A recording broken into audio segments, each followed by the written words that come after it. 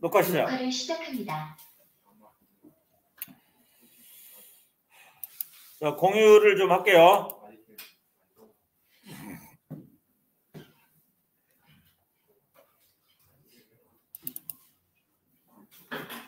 오늘 412 하고요. 한번 나중에 또 복습을 하겠습니다. 그러면 우리 친구가 얘기하니까 뭐 유튜브 그 사나워 하는 반응이라든가 지구와 생명의 큰 그 변화를 가져온 이러한 화학 반응 이런 것들은 뭐 어렵지 않게 공부해 나갈 수 있으리라 생각하는데요. 자, 이제 생태계와 환경에서 두 번째 내용입니다. 생태계 평형. 이 생태계 평형이 그 유지되어야만이 우리 인간도 지구에서 건강하게 생명 현상을 유지하면서 살아나갈 수 있다라고 하는 내용이죠. 그래서 학습 목표 볼까요?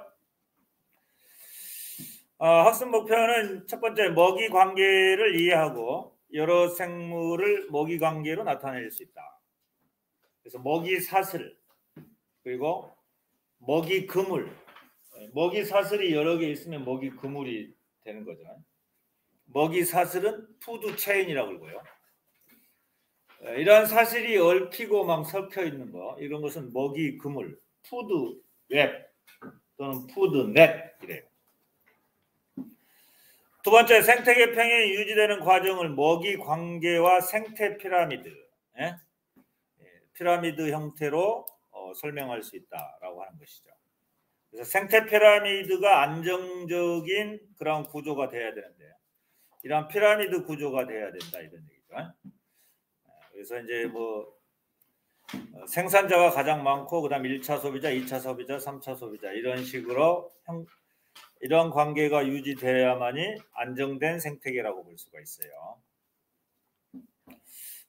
생태 피라미드의 구조도 한번 살펴볼 필요가 있고요. 세 번째는 이제 환경 변화, 뭐 댐을 건설한다거나 또 뭐 무분별한 어떤 벌목을 한다거나 야자나무를 심기 위해서 산림을 파괴한다거나 기름을 얻기 위해서 팜유라고 하는 거예요. 팜유, 야자나무를 심기 위해서 뭐 산림 생태계를 파괴한다거나 이런 것들은 그 생물 다양성과 생태계를 해치는 그런 일이죠. 그래서 생물 다양성과 생태계를 보존하는 것이 결국은 우리 인류의 생존에도 미치는 영향이다. 우리 앞에서 이제 생물 다양성과 관련된 얘기 했었죠. 생물 다양성이 세 가지가 있었는데 뭐 어떤 것들이 생물 다양성이죠? 유전적 다양성, 종 다양성, 또 하나 뭐 있죠? 생물 다양성, 이런 것들이 있었다라고 하는 거 앞에서 아마 했었기 때문에 다시 보시면 되겠습니다. 자, 그래서 보시면 우리가 이제 이 멸치를 갖다가 해부를 해봤어요. 징그럽네. 이렇게 해봤어요. 그랬더니 이 멸치가 멸치가 잡아먹는 그 생물이 뭐냐라는 것을 이제 살펴봤더니 그 멸치 위 속에 관찰된 내용물은 무엇이냐 그랬더니 잘 모르지만 뭐 플랑크톤이었다라고 하는 것을 뭐 알아냈대요. 해부를 해봐가지고 이 학생이 해부를 해봤답니다. 그렇지? 해부를 해봤더니 멸치 위 속에 어떤 플랑크톤이 들어있었다라고 하는 것이죠. 자, 그럼 먹이 사슬이 뭐냐? 먹이 사슬. 사슬은 이 푸드 체인이라고 그러죠. 푸드 체인. 생물 사이에 먹고 먹히는 관계가 사슬. 우리가 쇠사슬 있죠. 쇠사슬. 쇠사슬처럼 이렇게 계속 이어지는 거. 사슬처럼 연결되는 것을 의미하죠. 그래서 생산자, 1차 소비자, 2차 소비자 순서로 연결이 되겠죠. 그러잖아요. 메뚜기, 개구리, 그다음에 뭐 독수리 뭐 이런 식으로 연결되겠죠. 그다음 이러한 먹이 사슬이 얽히고 설켰어요. 이건 푸드 체인이고 먹이 그물은 뭐라 그럴까? 푸드 넷 또는 푸드 웹. 예? 웹이라 그러나? 웹? 푸드 웹? 푸드 웹. FOD. 푸드 웹 또는 푸드 넷. 뭐 이래요. 먹이 그물. 먹이 사슬은 이제 푸드 체인. CHAIN. 이것이 푸드 체인이죠. 그리고 그래서 이제 먹이 그물은 이제 좀 이따 보여주겠지만 여러 개의 먹이 사슬이 서로 얽혀서 마치 그물처럼 보여요. 예? 마치 그물처럼. 그물 봤죠? 고기를 잡는 그물 봤어요? 예? 그물처럼. 그래서 그게 이제 먹이 그물이고 이 먹이 그물의 이제 화살표 표시 방법은 잡아먹히는 생물에서 잡아먹는 생물 쪽으로 화살표. 메뚜기, 내가 밑에가 메뚜기가 있으면, 예? 내가 메뚜기가 있으면 메뚜기는 잡아먹히지. 누구한테 잡아먹히지? 개구리. 그렇지. 개구리 쪽으로 화살표를 해주는. 개구리가 또 누구한테 잡아먹히지? 뱀 또는 뭐 독수리? 뱀이라고 하자. 뱀 이렇게. 뱀 쪽으로. 뱀은 또 누구한테 잡아먹히지? 독수리? 이런 식으로. 이런 식으로 이제 화살표를 해야 돼. 그래서 그런 먹이 사슬이 서로 얽혀서 그물처럼 보이는 것이 먹이 그물이다. 이렇게 보시면 되고. 그다음에 이제 먹이 사슬, 먹이 그물, 그다음에 먹이 피라미드가 있어요. 세 번째. 먹이 피라미드는 생산자를 밑변에 놓고 이게 삼각형 모양으로 이제 표시를 하죠. 그 이의 순서대로 1차 소비자, 2차 소비자, 3차 소비자들을 생물의 수대로 쌓아 피라미드 모양을 나타낸 것이다. 뭐 피라미드라고 보기도 그렇고 삼각형 모양으로 나타내면 돼요. 예? 그래서 보여주면 자, 요거 이제 보여주면 여기 이제 먹이 사슬이죠. 풀, 메뚜기, 개구리, 매 뭐 이런 식으로 여기 먹이 사슬이죠. 사슬이 뭐냐? 쇠사슬, 쇠로 만든 고리를 여러 개 연달아 이어 만든 줄이죠. 이거 줄이야, 줄. 사슬. 예? 이거 이제 쇠로 만든 고리죠. 고리와 고리를 연결했네. 이렇게 쇠로 연결했어요. 이걸 쇠사슬이지. 밑에 그 먹이 그물이 있습니다. 굉장히 복잡하죠. 먹이 사슬이 얽히고 막 설켜 있어요. 그죠? 이게 먹이 그물, 마치 그물처럼 보이죠. 이게 먹이 그물입니다. 다시 보여주면 먹이 사슬이죠. 먹이 사슬. 풀을 누가 뜯어먹냐? 메뚜기가 잡아먹죠. 뜯어먹죠. 메뚜기를 누가 잡아먹지? 뭐 뒤지가 잡아먹죠. 뒤지는 누가 잡아먹냐? 수리부엉이가 잡아먹죠. 뭐 이런 식으로 이제 연결을 해놨다라고 하는 것이죠. 자, 그다음에 이제 요게 이제 먹이 그물입니다. 복잡하죠? 먹이 사슬이 복잡하죠. 이렇게 복잡해야만이 생태계가 안정되었다라고 얘기한 거죠. 왜냐하면 만약에 요 뒤지가 죽었어. 여기는 뒤지가 죽잖아. 이 뒤지가 죽으면 수리부엉이가 먹고 살 수가 없어. 수리부엉이가.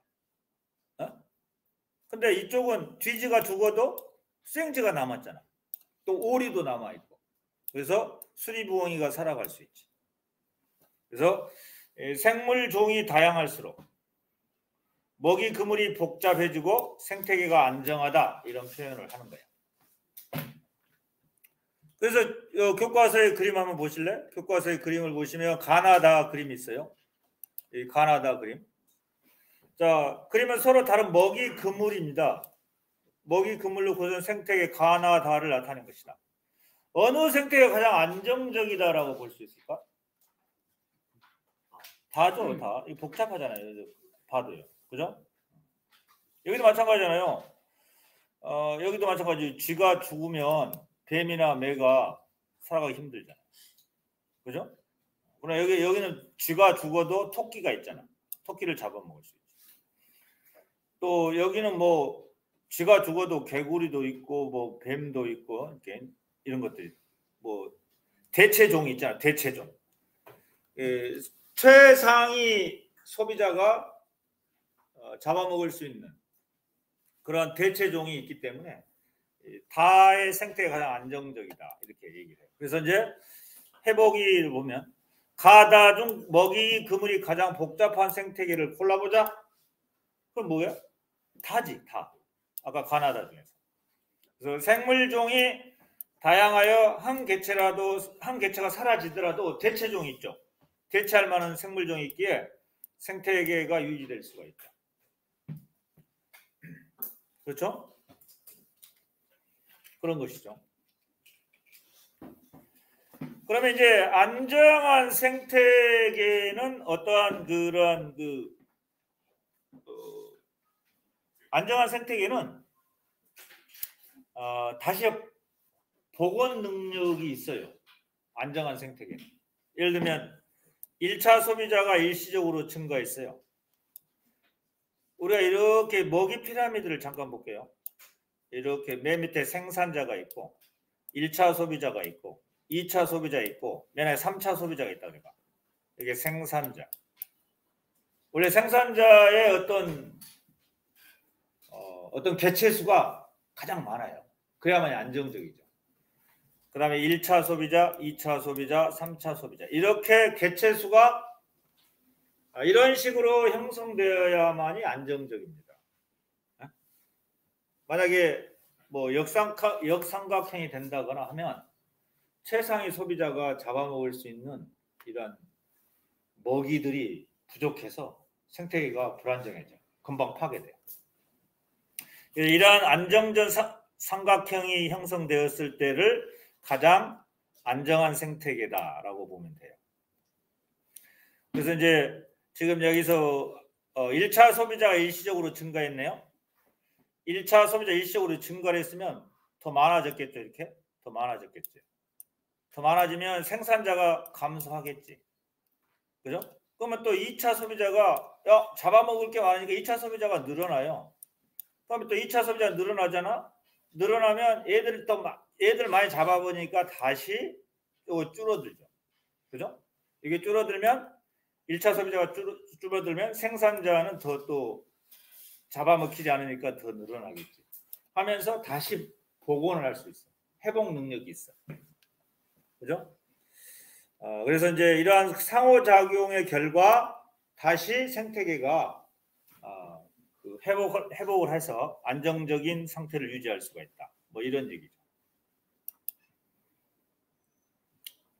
이 내용은 이제 아까 그 내용이죠. 가와 다 중 쥐가 사라져도 생태계 평행이 잘 유지될 수 있는 생태계를 고르라.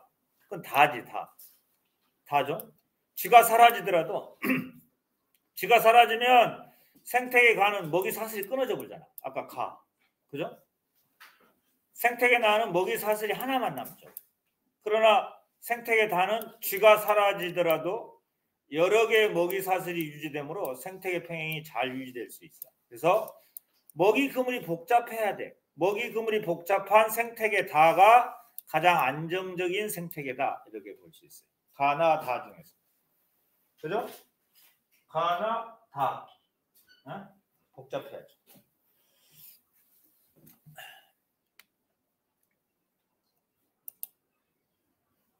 이건 좀 아니고.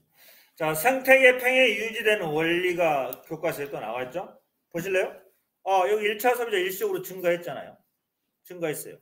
그러면 얘를 먹이로 하는 2차 소비자가 늘어났네요. 이만큼 더 늘어났습니다. 그럼 얘가 늘어났으니까 얘를 또 많이 잡아먹겠지? 그러면 얘가 또 감소하죠. 얘가 감소하면 이제 생산자는 얘가 감소하니까 생산자는 더 많이 늘어나겠지. 이렇게 다시 이렇게 늘어나면서 생태계 평형을 회복할 수 있다. 이렇게 보시죠.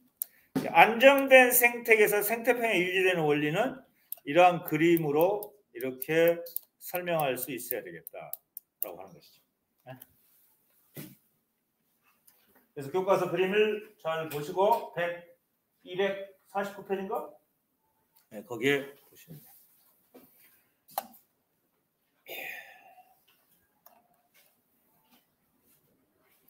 자, 그 다음에 이제 생태 피라미드라고 하는 것인데 세 종류가 있네요. 생태 피라미드. 그래서 이제 여기 보시니까 생태 피라미드라고 하는 것이 뭐냐? 생물 군집을 구성하는 영양 단계를 나타내는 피라미드 모형이다. 이 생태 피라미드의 특징이 있어요. 특징. 예? 위로 올라갈수록 개체 크기 커져요. 위로 올라갈수록 에너지 효율이 높아요. 위로 올라갈수록 생물 농축량이 커진다. 위로 올라갈수록. 아래로 내려갈수록 개체 수가 많죠. 아래로 내려갈수록 총 그 생물체가 가지고 있는 에너지 총 보유량이 커지죠.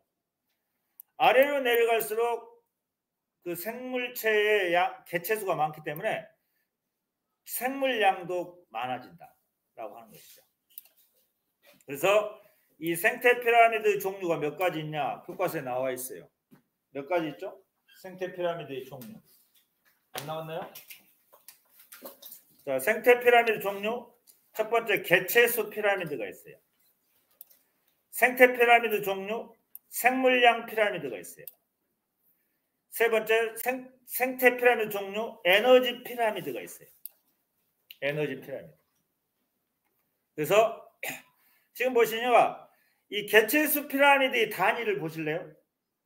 단위는 개체수 퍼 미터 제곱이야. 무슨 말일까? 개체수 피라미드의 단위를 봐봐. 개체수 퍼 미터 제곱. 개체수 퍼 미터 제곱은 뭔 말일까? 면적당 개체수가 몇 개냐 이런 뜻이죠. 단위 면적당.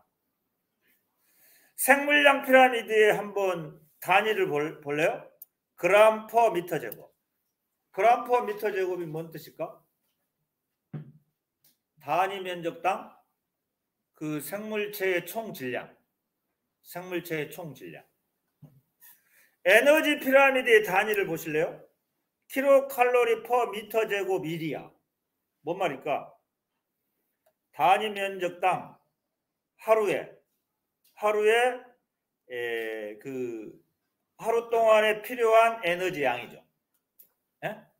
단위 면적당 하루 동안에 그 생물체가 갖는 에너지 양이 그 필요로 하는 에너지 양이다. 킬로칼로리다. 이렇게 보시면 돼요. 그래서 여기 요것에 관해서는 또 밑에 잠깐 볼게요. 또 교과서에 또 나와 있으니까 보실래요? 자, 생태 피라미드 종류가 몇 가지 있다고 그랬지? 에너지 피라미드가 있고 생물량 피라미드가 있고 개체수 피라미드가 있어요. 그러면 이 단위를 잘 봐. 에너지 피라미드는 킬로칼로리 퍼 미터 제곱 1. 생물량 피라미드는 그램 퍼 메타 제곱. 개체수 피라미드는 개체수 퍼 메타 제곱이야. 그죠? 에콜로지컬 피라미드. 응?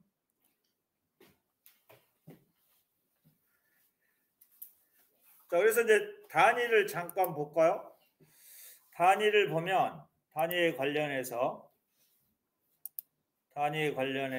지금 안 나왔나요?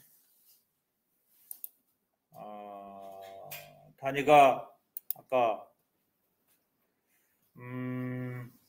요거는 했죠. 요거는 요 그램 퍼 메타 제곱은 단위 면적당 그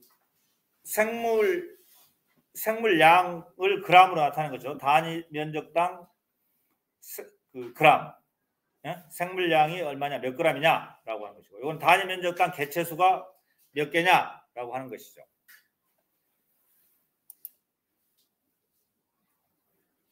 예? 단위 면적당 유기물의 총량 그램 퍼 메타 제곱이고요. 그다음에 선생님이 적어놓은 거 있었는데요. 어디 가버렸지?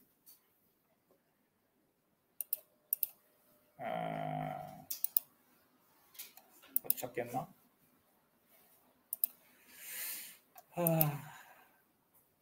뭐 여기에 나와 있나요?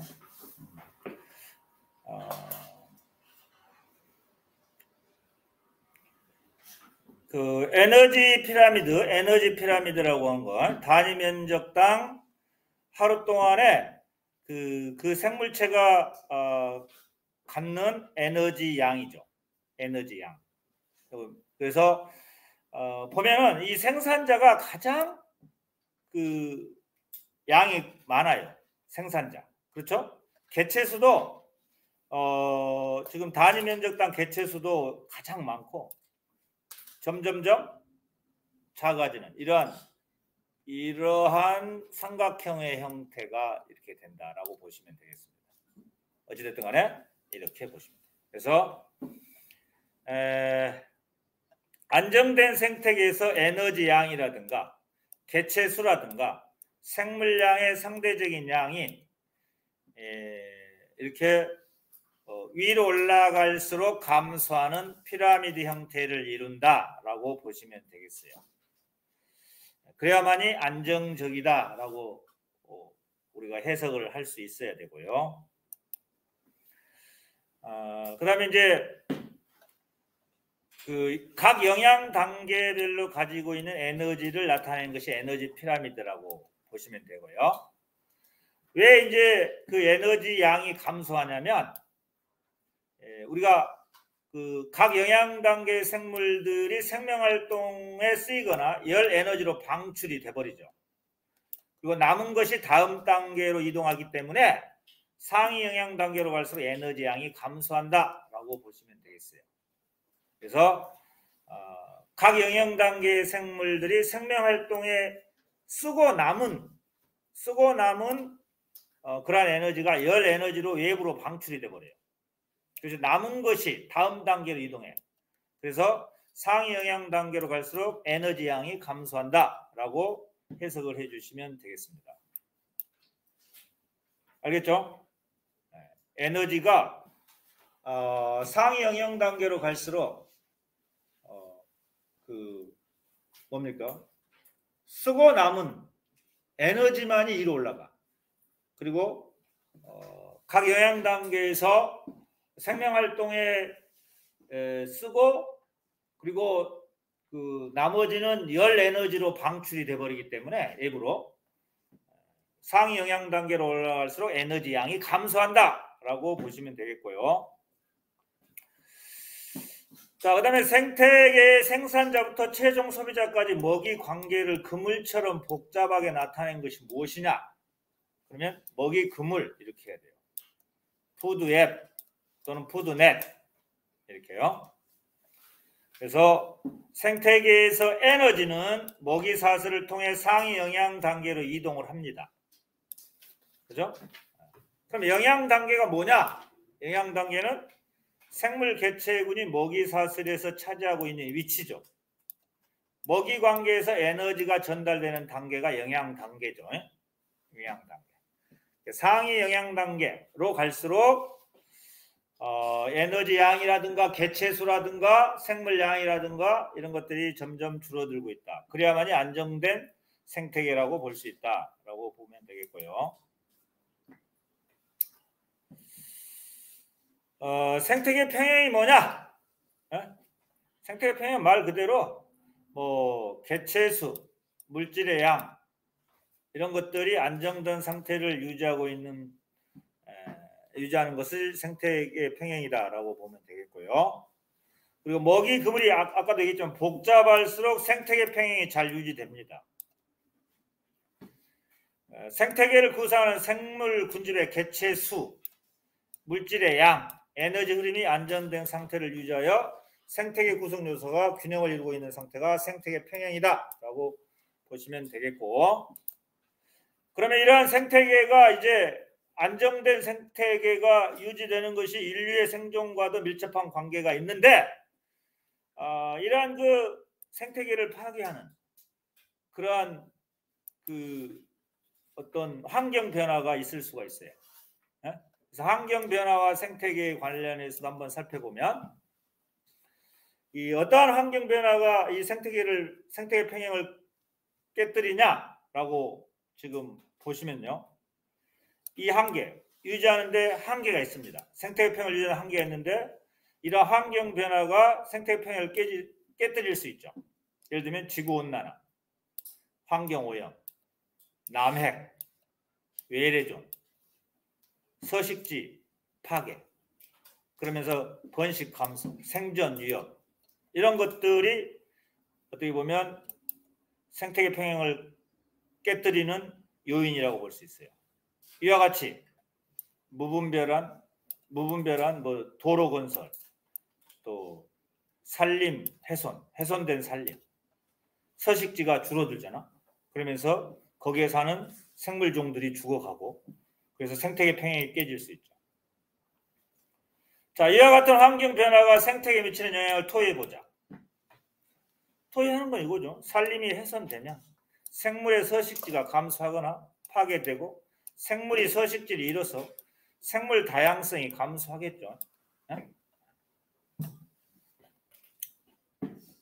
환경 변화.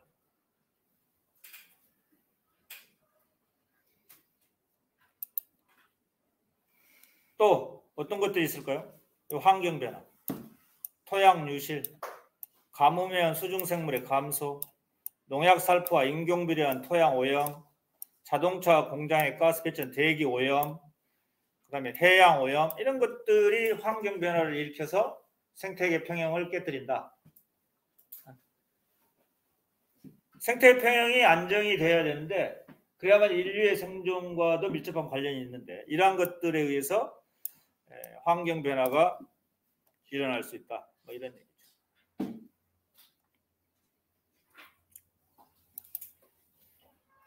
생태계 평형이 깨지는 요인, 자연재해도 있고 인간의 활동도 있네요. 자연재해, 홍수, 산사태, 화산 폭발, 지진, 생물의 서식지가 파괴되죠. 인간의 활동, 인구 증가와 도시화, 그다음에 숲 훼손. 숲을 왜 훼손하냐? 예를 들면 거기에 우리가 그 야자나무의 열매 팜유를 만약에 얻기 위해서 무분별하게 산림을 파괴하고 거기에 야자나무를 심어요.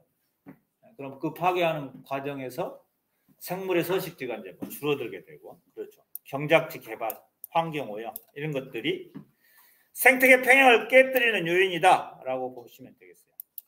또 있어요. 그럼 이런 생태계 평형을 유지하기 노력한 예가 있죠. 생태계 평형을 유지하기 위해서 우리는 어떤 노력을 하고 있느냐?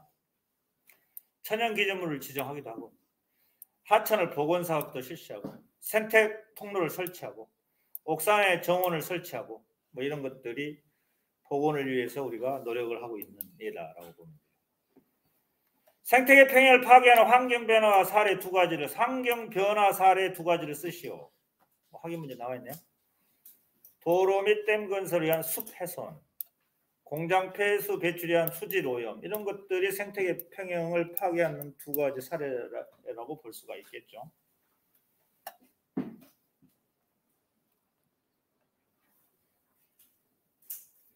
거의 다 끝났어요. 이제 보시죠. 기름 야자, 이렇게 아주 무성, 아주 울창한 산림이었는데, 그 야자 농장을 건설하기 위해서 나무를 베었어요.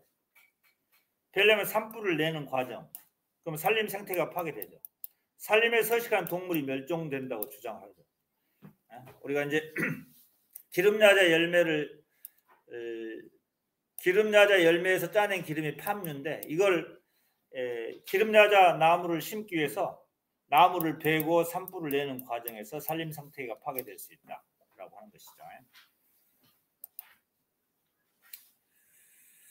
자, 이렇게 또 기름야자를 우리가 나무를 심기 위해서 기름야자 농장을 건설하려면 산림 생태가 파괴되죠. 산림에서는 동물이 멸종되죠. 이런 부정적인 영향이 있어요. 하지만 긍정적인 영향은 뭘까요? 팜유 생산해서 돈을 많이 벌 수 있다는 거죠. 팜유를 생산해 돈을 많이 벌 수 있어요. 하지만 이러한 긍정적인 영향보다는 부정적인 영향이 더 클 수가 있기 때문에 무분별한 산림 훼손은 지양을 해야 된다라고 합니다. 이게 이제 팜유죠. 이게 팜유. 완전히 벌채를 해버렸잖아요. 그리고 여기 막 야자나무 심었잖아요. 이렇게 야자나무 다 심었어요. 요즘 뭐 이런 곳에 막 벌채해가지고 태양광 설치를 막 한다고 그러잖아요. 태양광 설치. 태양광 발전을, 태양광 패널을 설치한다. 이라고. 그럼 홍수, 막 비가 많이 오면 흙이 막 씻겨 내려가면서 뭐 수질 오염도 일으키고 산림 생태계도 파괴되고 산사태도 나고 뭐 이런. 벌채된 산림에 심은 기름, 야자, 묘목. 이렇게 돈을 많이 벌 수 있지만 또 다른 산림 생태계가 파괴될 수 있다. 생물 자원을 이제 우리가 활용하기 위해서 이렇게 벌채를 하는 것은 부정적인 영향이 더 클 수도 있다. 뭐 이런. 그다음에 생물 자원으로 우리가 이제 보존하고 생물 다양성을 유지를 하면 그 여러 가지 생물 자원을 얻을 수가 있죠. 생태계를 보존하고 생물 다양성을 유지하면 생물 자원을 얻을 수 있어요. 자, 어떤 생물 자원을 얻을 수 있느냐? 페니실린 얻을 수 있어. 아스피린 얻을 수 있어. 그다음에 이 식량을 얻을 수 있죠. 그다음에 천연 섬유의 원료를 얻을 수 있어. 또 질병에 저항하는 생물 유전자를 우리가 그 질병에 강한 농작물을 개발하는 데도 이용할 수 있어. 생태계를 보존하면서 생물 다양성을 유지를 하게 되면 이러한 생물 자원들을 얻을 수 있다. 다시 한번 페니실린 얻을 수 있어요. 아스피린 얻을 수 있죠. 식량 얻을 수 있죠. 천연 섬유 얻을 수 있죠. 병에 강한 농작물 개발을 할 수가 있죠. 뭐 이런 얘기죠. 그래서 우리가 생태계를 보존해야 된다. 그 눈앞에 보이는 어떤 경제적 이득만 따지지 말자는 것이. 눈앞에 보이는 경제적 이득만 따지지 말고 무분별하게 산림을 훼손해서 팜유를 얻는 데만 급급하지 말고 먼 안목에서 생태계를 보존하고 유지를 해줘야 된다.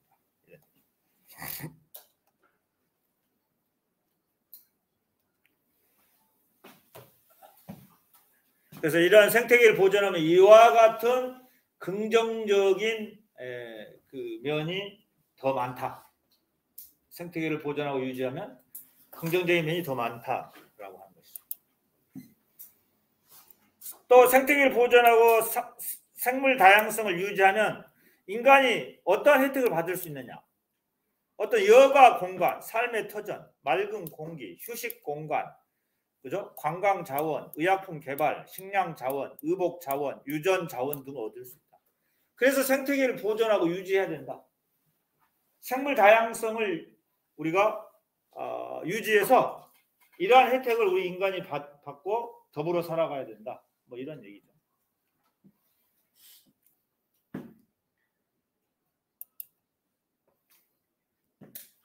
자, 생태계 파괴되면 다양성 감소되죠. 생태계 평행이 깨지죠. 그 다음에 생물 자원이 사라지죠. 삶의 터전이 없어지죠. 인류의 생존에 위기가 와서 인류가 멸망할지도 모르죠. 그렇기 때문에 생태계를 보존하고 생물 다양성을 유지해서 그것은 인류의 생존에도 매우 중요하다라고 하는 거죠. 인류의 생존에.